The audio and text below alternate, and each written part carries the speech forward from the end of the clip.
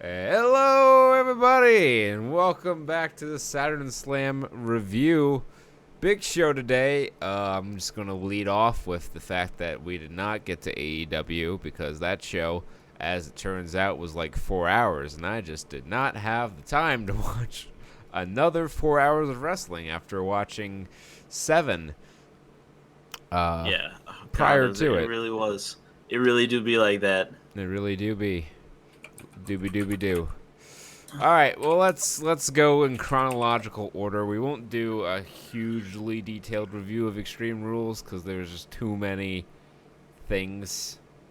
Yes. So we'll just run down the card and give comments where applicable. Shinsuke Nakamura beat Finn Balor for the Intercontinental title. Finn Balor is leaving after SummerSlam, just taking some time off. I don't think he's hurt. Bray Wyatt will be the SummerSlam match. They set that up on Raw. Yeah. Drew Cool. Gulak, the hometown boy, beat Tony Nese. Yep. From what I hear, it was okay. I did not watch this. We finished our stream just after the entrance. I started the pay-per-view like 10, 12-ish minutes late, and it was just in time for Roman Reigns' entrance. So there was 10 to 12 minutes of nothing on the show. Sounds about right for modern wrestling time on the WWE. Oh, I speak good. Speak good, just like I don't know, the insert wrestler here. Oh, The I was out of Undertaker ideas. and Roman Reigns beat Shane and Drew McIntyre. This was a fairly good match. It was fine as long as Roman and or Drew were in the ring. When it was Shane and The Undertaker, it was not great, but The Undertaker is immeasurably better than Shane McMahon, even at his advanced age with his fake hip and other physical ailments. He did not turn purple. He did not look like he was going to die.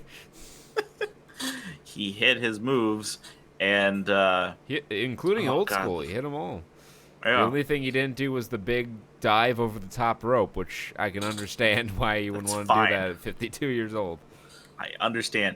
Oh, the one memorable botch from the end was he's When bringing Shane up Shane. didn't go up for the tombstone, Yeah, and fucking he it was pulls him great. off and shoots him the death glare.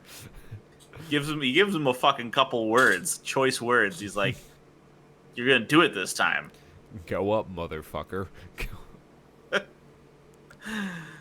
Yeah, he hit the tombstone for the pin. There was a great bit of camera work. I'll give credit where credit's due. Normally WWE's camera work sucks, but Undertaker just hit choke slams on everyone. Well, it was Elias who got involved in Shane. He hit choke slams on, and he does the throat slash. He's getting ready for the tombstone, and like up in the background rises Drew McIntyre, Yeah, calling for the spear or calling for the Claymore kick, and then he gets intercepted by a warlord, aka Roman Reigns. That's an SNL reference that not many people will get. me included. It's a mystery. Yeah, so he cut him down, intercepted him with the spear. Then we had the tombstone attempt, and then successful tombstone attempt in what was a good match and probably Undertaker's best match since 2015. I'd say put Drew McIntyre over at SummerSlam and then have that be it. Yeah, let it go. Doesn't need any more matches. Be like Elsa, and let it go. Build an ice castle, Undertaker, and make a snowman. That's the moral of this story. The Revival wrestled the Usos in a match that was, quite frankly, not as good as it should have been. The crowd did not care at all for most of this match. This match went 12 minutes. The crowd did not care for approximately 10 of them. And then at the end, they started to get into it a little bit, and then it was over. The Revival won with the Shatter Machine. Yeah. Just survival. Yeah, no. They're like, these are good talents. They should be able to put on in a very exciting match. And for some reason, they didn't come together tonight. Just wasn't laid out right. Aleister Black and Cesaro wrestled a match that would have fit right in with the G1. It was a very good match. They just stiffed the shit out of each other for about 9 minutes. This is like the highest profile singles match Cesaro's had in a long time. And he reminded everyone that he's really good. They just don't use him. Yeah. Old school. I wish I had your loner Cesaro shirt right now, because I was feeling it. And like, yes, Aleister Black is the perfect match for this kind of for this match. Yeah, they worked really well together, and it was, to this point, the best match on the show, and maybe, depending upon your tastes, probably remains so throughout the rest of the night. You could argue that the SmackDown Tag Team Championship match was also worthy of consideration for that title. Mm-hmm. Bayley beat Nikki Cross and Alexa Bliss in a match where, like, Sasha Banks did not return to even the odds. Bayley just went out and beat the both of them, and I don't know what they do after that, but it happened like that. Braun Strowman beat Bobby Lashley in a last man standing match. This was a fun brawl between two big sweaty dudes, and I love the finish where he power slammed Bobby Lashley into a black hole and then burst through the wall like a movie monster to emerge victorious. That was the best way to end the match they could have done. He's a big dude. Yep. Oh, yeah. Triangle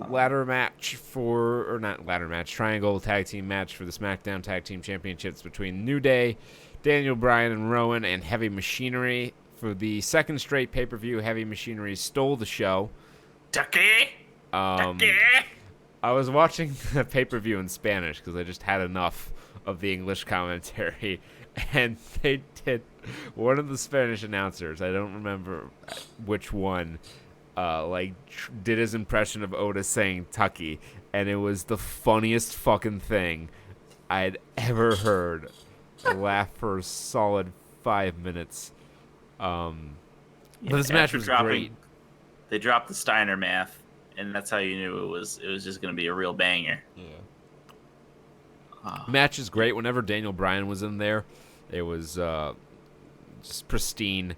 Otis had, as usual, some of the more memorable spots in the match, including when he teased doing a big dive to the outside, but then just stepped through the ropes and softly leapt on everyone.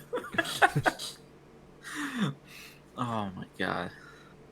The New Day ended up winning with the midnight hour, I guess, when it's Big E and Xavier Woods. It's called up, up, down, down, but who gives a shit? Same move. I did not expect the title change, and honestly, if they were going to do the title change, I would have preferred they throw Heavy Machinery a bone and give them the title, because honestly, it does not matter.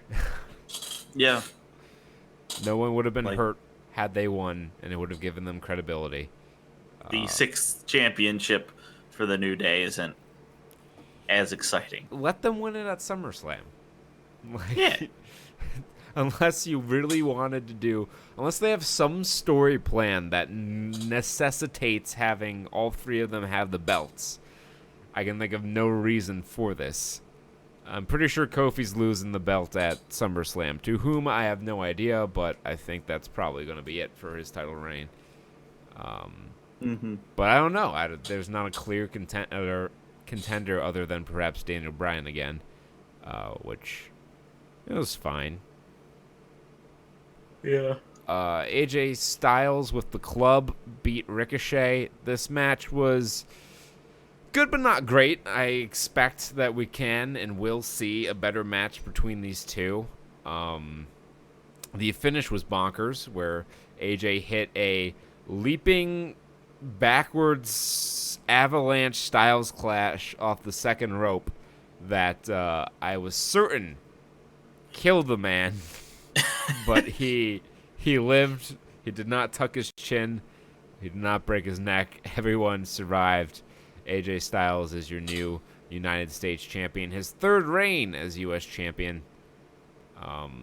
And with the club, no less. Yes. So it's going to be a great time. It'll be fun. You can argue it was a mistake to take the belt off of Ricochet so soon. I wouldn't disagree, but I think this is fine. It's far from the worst outcome. Yes, there are worse fates. It could have been Baron Corbin. Kevin Owens beat Dolph Ziggler in 17 seconds. He came out, kicked him in the gut, hit a stunner. And at this point in the night, the show was over 3 hours old, and I was very happy to see this match go so little time. Bye-bye, Dolph. Leave. You go. That should be the end of him, yes. Kofi Kingston wrestled Samoa Joe.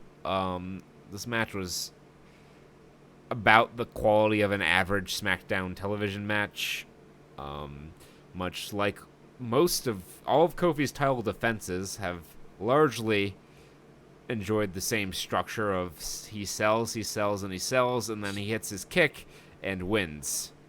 And this was no different. The only notable spot that made me go, wow, or like I really popped for was Joe puts on the choke, and Kofi runs to try to do the old Bret Hart run up the turnbuckle and then flip it over and pin him. But Samoa Joe was having none of his bullshit and just threw him down by the neck when he ran up the turnbuckle. I love it. I love Samoa Joe. Man needs a title in his hands. The poor guy, he had a title. They decided to give it to Ricochet and then immediately give it to AJ. I'm fearful that Samoa Joe will never quite reach the levels he deserves. Right now, he's the new Bray Wyatt. He talks a big game. He talks very well. But when push comes to shove in the big match, he loses. But even Bray Wyatt got a run with the WWE title.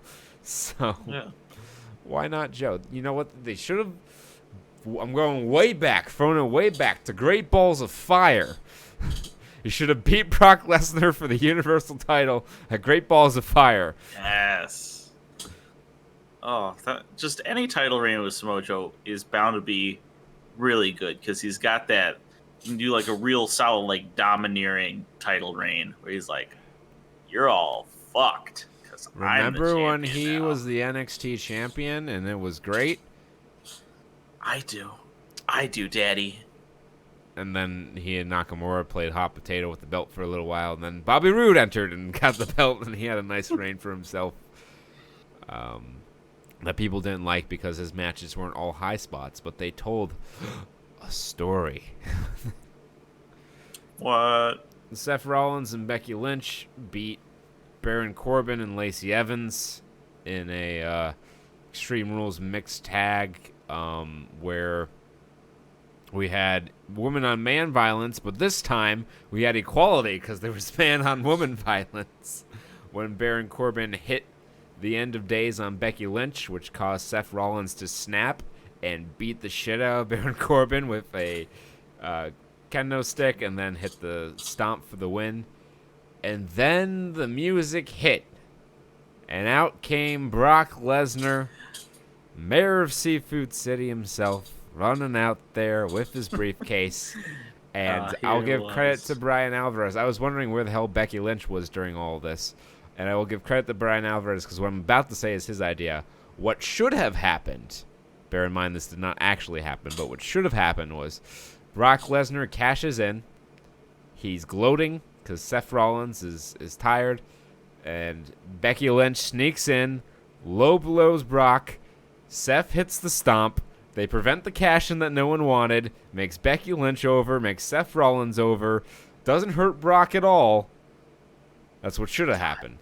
God damn, that sounds What amazing. actually happened is Brock Lesnar hit 2 German suplexes, cashed in, hit 1 F5, and pinned Seth Rollins, who was not even really all that beat up. Whoops.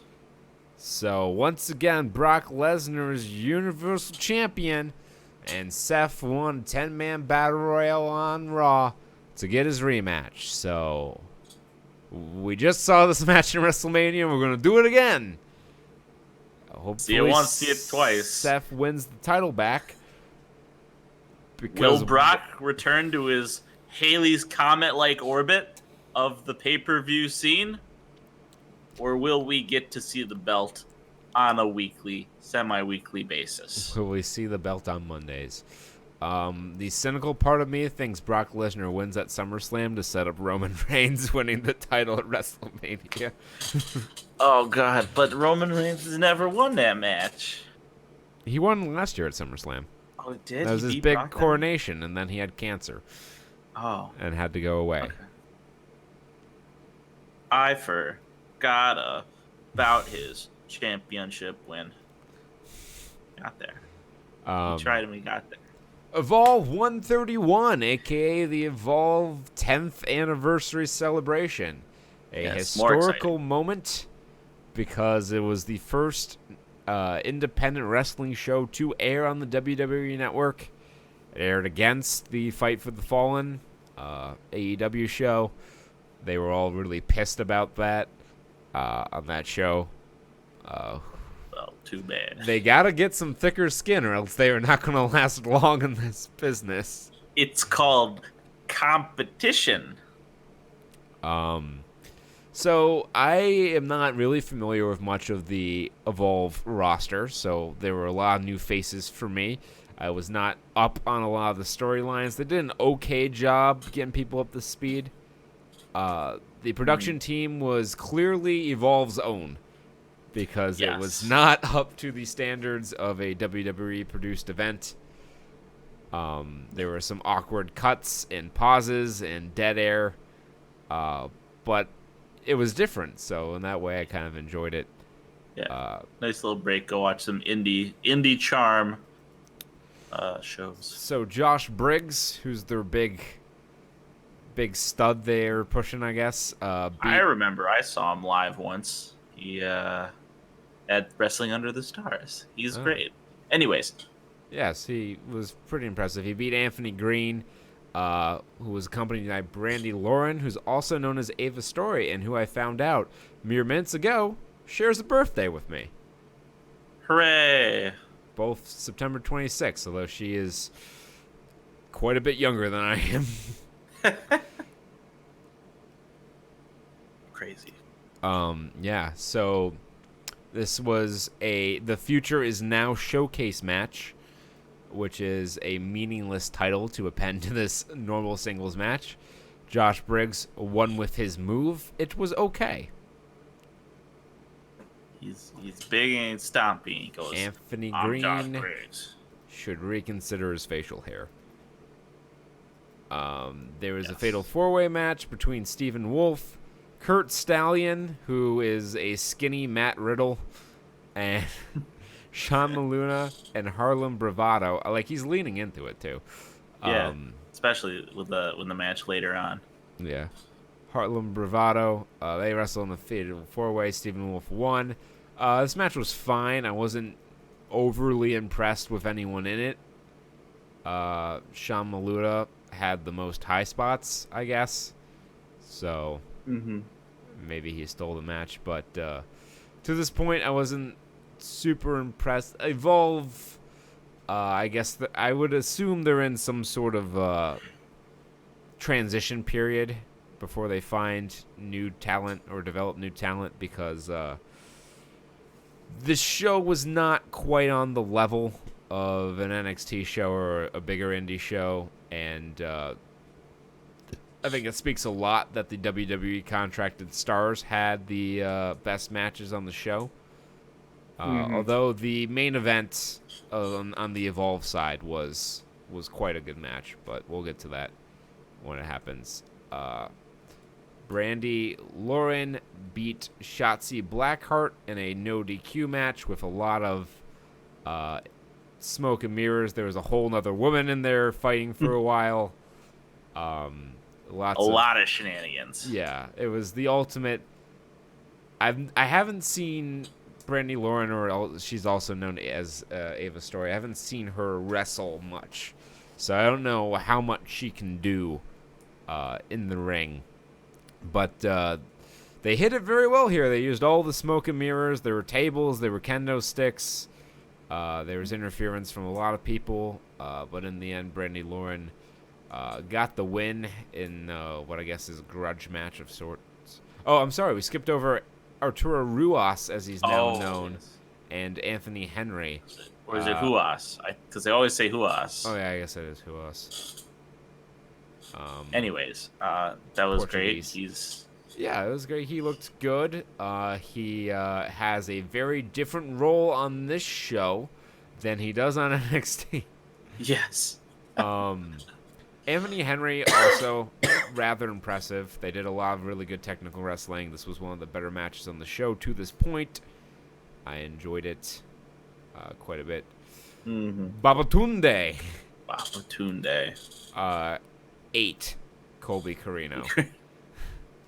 This was a size mismatch from the get-go. There's a faction on Evolve called the Unwanted. It's helmed by Eddie Kingston, who cuts very loud promos in his New York City accent. He looks like one of my sales managers at work. It's a little weird. But yeah, they are I guess it's an archetype now, the 4-man bad boy team. With lots of charisma. I mean, that's been going around since, I don't know how long, the Four Horsemen, I guess, in the 70s. Yeah. But yeah, Babatunde is gigantic. Colby Carino is very small.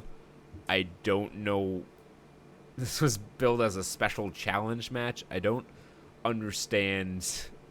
This was a squash, so there's no two ways about it. It was not presented as anything other than a squash.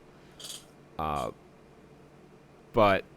that led into the fucking crazy dance party team of AR Fox and Leon Ruff, with what I'm seeing on Wikipedia here is Isla and the Skulk, which what a fucking squad name. Apparently are another tag team. There were more than 4 people in that party bus, though. Yeah. That's, like that group. That's for sure. They wrestled the other 2 members of the Unwanted who had not yet wrestled, so that was Eddie King and Joey Grace, who were the current Evolve Tag Team Champions. AR Fox and Leon Ruff are a fun team. I could see them going places. To their part, Eddie Kingston and Joe Gacy. Eddie Kingston's been doing this a long time, so he knows how to work. Joe Gacy was also fine. They were a perfectly respectable heel tag team that played well against the fun, flippy baby faces of AR Fox and Leon Ruff, who hit a lot of dives and a lot of flippy moves, and eventually won with, I believe, a 450 splash from Leon Ruff. Yes, that sounds right. Pinning, I think, Eddie Kingston for the Evolve Tag Team Championship. So, title change. It was not the last on the show. Of course, the main event of the Evolve portion of the show would have necessitated a title change. Mm-hmm. Once again, Matt Riddle wrestled Drew Gulak. As Drew Gulak came out for this match with fucking Cobra Kai squad. Cobra Kai. Apparently, they were in a faction called Catchpoint, once upon a time in Evolve, and they had a match that was a lot different than the match they wrestled in NXT. It was definitely NXT's less pattern than WWE main roster, but there's still certain notes that they hit on a lot in this match. This match was different. Yes. They wrestled, I'm sure, the same style of match they would have in Evolve several years ago. And it was great. and it Yep. was one of the better matches on the show. I would put it as the second best match on the show, narrowly edging out the match that followed it. Mm-hmm. Yeah. Uh, So but that one being Austin Theory versus JD Drake for a winner take all championship match, with uh, Austin Theory holding the Evolve and JD Drake holding the WWN championship I belts, believe the respectively. WWN Championship is sort of like their Intercontinental Championship. It's their second tier belt, but it's been held by a lot. It's like what the IC title was back in the heyday of the IC title when it was the Workhorse belt. This was my first look at either of these two. JD Drake is not very impressive to look at, but he works hard and he's not bad. And Austin Theory definitely has a future in this business. He's got a good look. He's works well. He cuts a good promo. He's on the cusp of getting into like a developmental. I would Yeah. would not be surprised if we saw Austin Theory in NXT within the next year. He claimed he wanted to bring the Evolve Championship to TakeOver, and I would be okay if he showed up on a TakeOver as Evolve Champion and wrestled someone. I don't know, Kushida. That seems to be the match. That everyone shows up and wrestles Kushida. So why not throw Austin Theory into that mix too? But yeah, I came away very impressed with Austin Theory. And JD Drake, also impressive. He hits a moonsault that is not the most graceful moonsault I've ever seen. And he hit it once and he didn't kill himself. I'm like, don't ever try that again. But then he did a second one and it was even closer to going horribly wrong. But yeah, they went a solid 16 minutes. The match was just as long as it needed to be. They did the indie-rific kickouts where they hit giant moves and kicked out of them. Of course, WWE does this a lot too, so I can't necessarily call it indie-rific anymore, but when that term was in vogue, this is the type of match it was describing. Mm-hmm. And it was really good. I liked it a lot. It was my favorite match from the Evolve side of things. Yep. High energy, And high athleticism. again, Austin Theory is going places. Keep an eye on that name. It might get changed if he signs with WWE, but keep an eye on that name. And then in the main event, Adam Cole wrestled and defeated Akira Tozawa, who was a mainstay of Dragon Gate USA, which is the company that Evolve merged with, and that's where the 10 year comes from. This was a fine match, probably the best match on the show. Yeah, Adam Cole was. I laugh coming into this and watching this and be like, oh yeah, Adam Cole can't lose this one because he's got a fucking title defense on Wednesday. But as we found out, the title defense was not quite what it seemed. Yeah, but yes, this match. Wow. Yeah, they worked really hard. They only had 13 minutes, but they made the most of that 13 minutes. And Akira Tozawa looked as good as I've ever seen him, including the Cruiserweight Classic. He had all his fun German suplex variants and just generally wrestled an awesome match. And Adam Cole is Adam Cole. So It's a tower of charisma who kicks you in the face 1,000 times. And he hit the Panama Sunrise into the last shot, fending off interference from one Jonathan Garganathan to retain his NXT championship in what is the highest profile match Akira Tozawa has wrestled yet in his WWE tenure. Yep. But despite winning the match, Adam Cole, he's out, and he leaves them in the ring to cut their own promo. Yeah, Johnny Gargano was like, give it up for Akira Tozawa, and then he cut a promo on Adam Cole, and thanked Evolve and all that fun stuff, and that was the end of the show. It was not the best indie show I've ever seen. it was not the worst indie show I've ever seen. I think the best indie show I ever seen was the Northeast Wrestling show we went to in Poughkeepsie. Yeah, that was Because it pretty had solid. the Lucha Brothers and Kenny Omega on it. That helps bring up the quality of your show. Just a smidge. PCO also wrestled a fun match against Big Bacon. Big bacon. Applewood Smoker, dude. And call you finish that. Oh man, loved it. But yeah, it was a fun event. It was nice to see something different. I really hope that we get to see more Evolve shows on the network and possibly some other companies that WWE has working relationships. I know ICW and Progress are companies that they are in tight with and have discussed putting on the network. So I would like to see that. I thought, as a test run, this was a success. Yes, and this is definitely. I think this is part of the next phase of the WWE business strategy, which I will expound upon after we talk about NXT. Because I think I have an idea of what the fuck they're trying to do. Because these last couple weeks have felt different from the last while of NXT. Like these last weeks has been like they're doing a new thing. It's a different energy. Felt more like it did in the earlier days of NXT, where you had a lot of guys coming down from the main roster and popping up for one-shot matches. Then you had when it was its own thing for a while. So let's talk about it. Here comes Matt Riddle versus Arturo Ujas. He did not fare as well here as he did on the Evolve show. Matt Riddle once again picking up a quick win via technical knockout.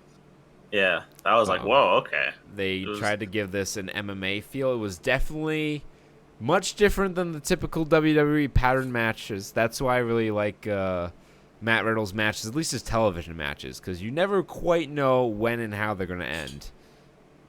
He doesn't always win the bro mission. He doesn't have to hit his move. He just goes out there, he wrestles, and he wins. And it was great. And after the match, a fat man ran down and assaulted Matt Riddle. That fat man was revealed to be Killian Dane. Back in NXT.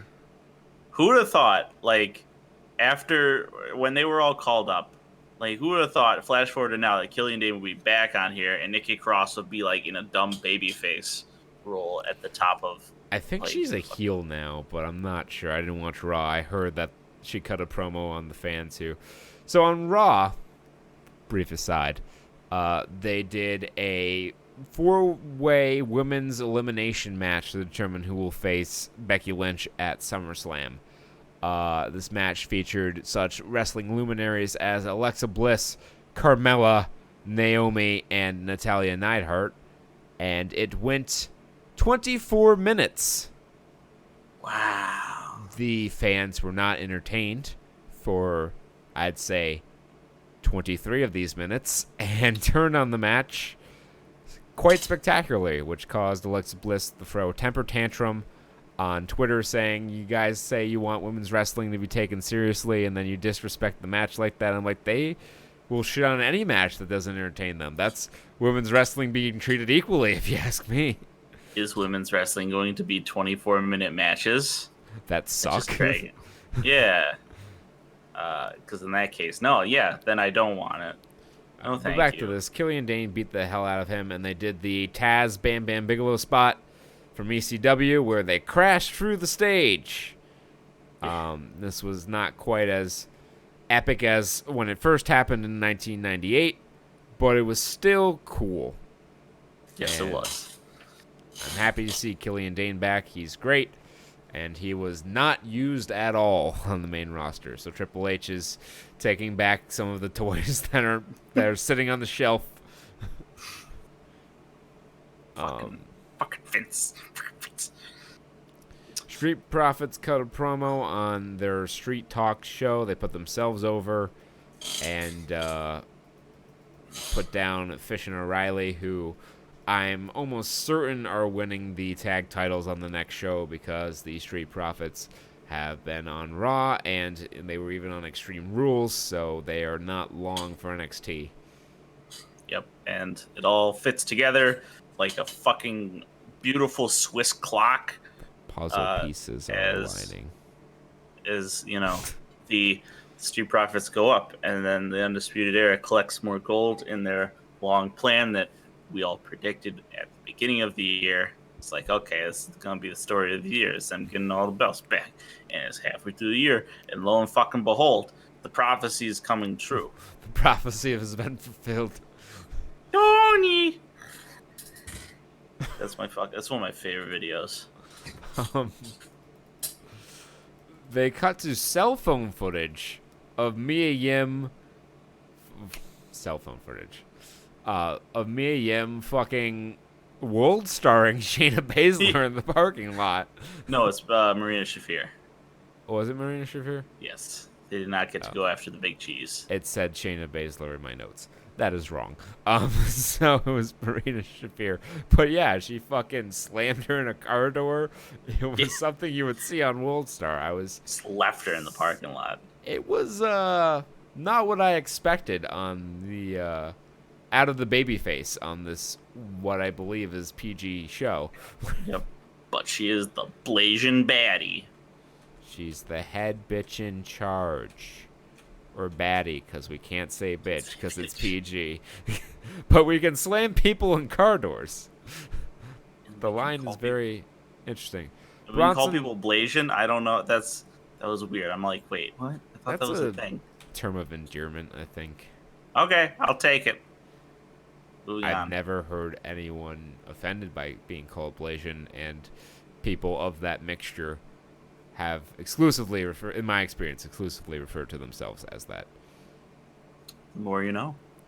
Bronson Reed wrestled Dexter Lumis in the Battle of the Weirder Looking Dude. Dexter Lumis is powerful energy. He has a battle aura about him. He comes out looking like a fucking JoJo character. I was about to say, I knew you'd love him because he looks like some fucking anime villain. Just so goddamn weird. He was he does this weird thing with his hands that I don't like. He knuckled forward on the ring, and he's got the fucking dead eye stares. He like tightens his daddy Dom gloves. I'm like, okay, this is gonna be a real event. He used to be on TNA as like Brandon Shaw or something. Yeah, a couple of these guys have been around. Former Sam Shaw. That's who. Sam Shaw, and what's his face? Guy last week who won is the former ACH. I knew he looked familiar, but yeah, he's. Okay. There are some real people in here who have names, but Bronson Reed is the right heritage for this company. I saw a Samoan tribal tattoo on his arm, so. It's the fucking VIP pass right there, boys. That gets you right to the top in WWE.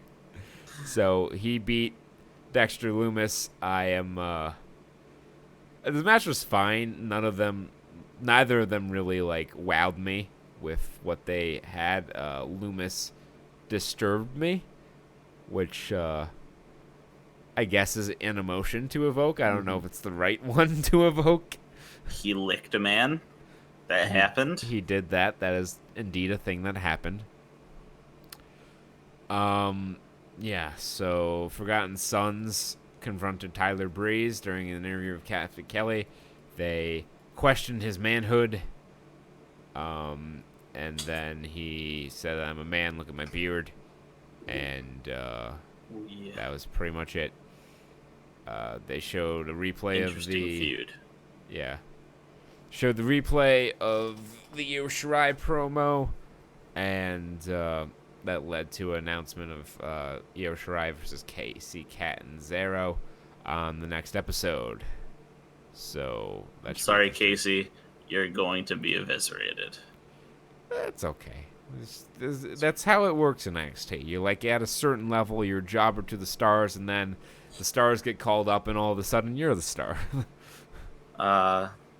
Yes. Put the little asterisk right next to Ono. He doesn't get the second part. He just You'll gets to just stay in the move first across the ocean and be traveled to the stars on a different television show. part. Kushida versus Apollo Crews. This was a fun match. This was a museum gallery of beautiful spots. Yes, they went out there and you're like, well, let's just do all the fun shit. Watch as I do a standing shooting star press. Yeah, It looks like I fucking paused in midair. that fucking. I was like, I don't think he's gonna get all the way around on that, and then he did. It was crazy. I know that description doesn't really inspire the same amount of awe that the Vision did, but if you watch this match, you'll understand what I'm talking about. Yeah, he jumps up. His hips like become fixed, like someone took fucking AutoCAD in real life and just put a pin in him, and then he fucking swiveled his whole body around it, like textbook style, and just came right back down. I was in awe. It was quite impressive. He went to the top rope and missed a splash. The finishing sequence was awesome. Yes. They did a Spanish fly, and Kushida locked on an armbar as they crashed to the mat. It was buttery smooth. I've really warmed up to Kushida. His first couple matches were a little awkward. He's obviously trying to get used to the style here in the U.S. and working with new guys. But he's gotten better and better each time, and this match was great. And I'm looking forward to his first match on TakeOver, which... Why not Austin Theory? Here it comes. I'm pushing that now. Austin Theory versus Kushida. TakeOver Toronto 2. Make it happen. I guess as we segue into the main event here, we should also talk about...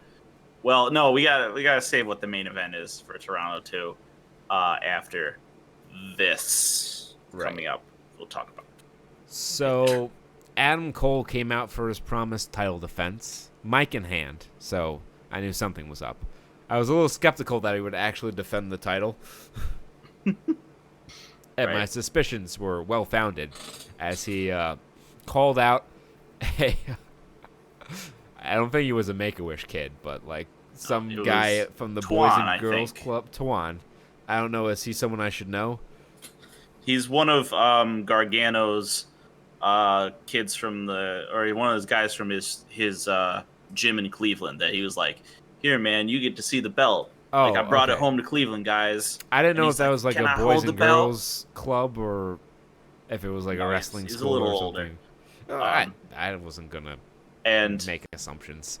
The story with that was also, I don't know if you watched any of like the promo spots, but Adam Cole was doing his title congratulation tour where he just sort of shat on everything in Cleveland, where he went to Gargano's place. He's like, "I'm gonna put my picture up in your store." And he goes to the fucking gym and he's like, "Yeah, Johnny came over here, he gave a really inspiring speech, and I want to give one too. And what I want to say to you guys is, give up. Just give up on your dreams." I fucking love Adam Cole so much. I brought some pizza for you guys. Just enjoy it. You're not getting healthy anyways. You're not, you just fucking cut some beautiful condescending heel shit on all of them. The most beautiful asshole in the world. So he calls out Tawan Tucker, who comes out in gear. I'm thinking, wow, we're actually going to get a match between these two. That would be cool. He said that there was no shenanigans afoot. No other Undisputed Era guys. It was going to be straight up this one-on-one. like, there's no one else. It's just you and me. And Tawan had an ace up his sleeve, and it was Johnny Gargano making his return to NXT. And fighting Adam Cole, and they brawled. Gargano got the better of most of it, ended up tapping him out to the Gargano escape. And some brutal Shayna Baszler, "I'm just going to lock this in while you tap forever." Yeah. Eventually the refs pried him off, and he walked up the ramp holding up 3 fingers, saying he wants the third match. And I'll leave this to you since this is your scoop, Peter. Yes. Well, before that, he also comes back like fucking Dr. Evil on the Jerry Springer show and just goes back into the fray. fucking You motherfucker. crossbodies him from the stage.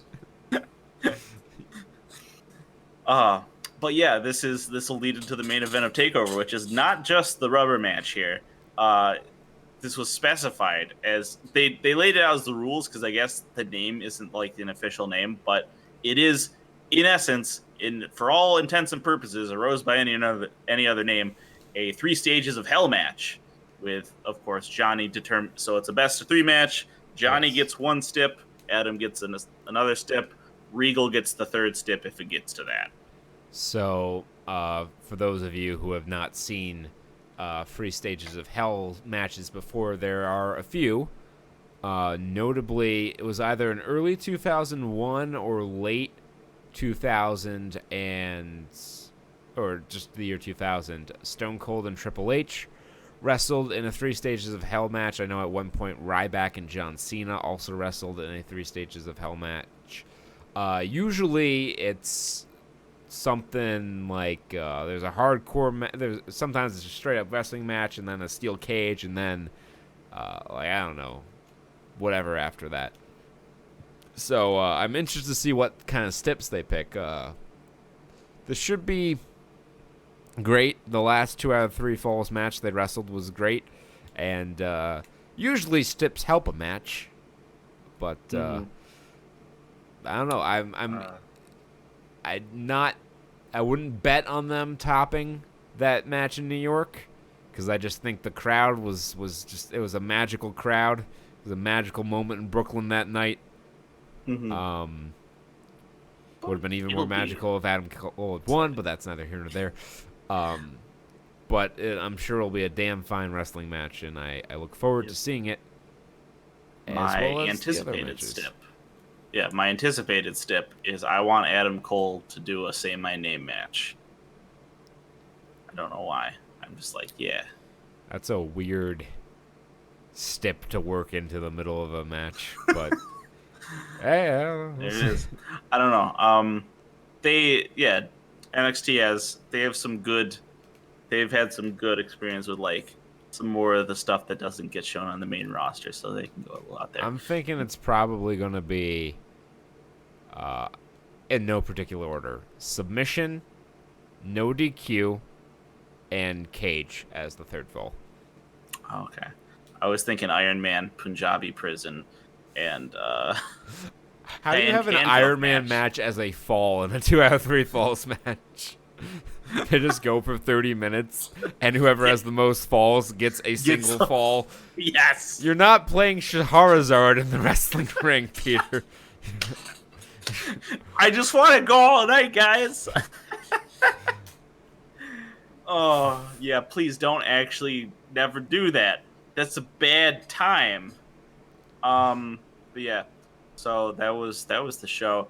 And I was looking at this, I'm thinking about the sort of how it do be. Sometimes it do be like that. It do be like that. And I think NXT is trying to position itself, or at least lean more into its role as sort of like a crossroads of wrestling, where if you like the indie shows, they're like, hey, look, we can go out on indie shows and we'll show up there from time to time. If you like fucking international stuff, oh, we got NXT UK, great. Look at all these Japanese stars we're pulling in. Oh man, that's sweet.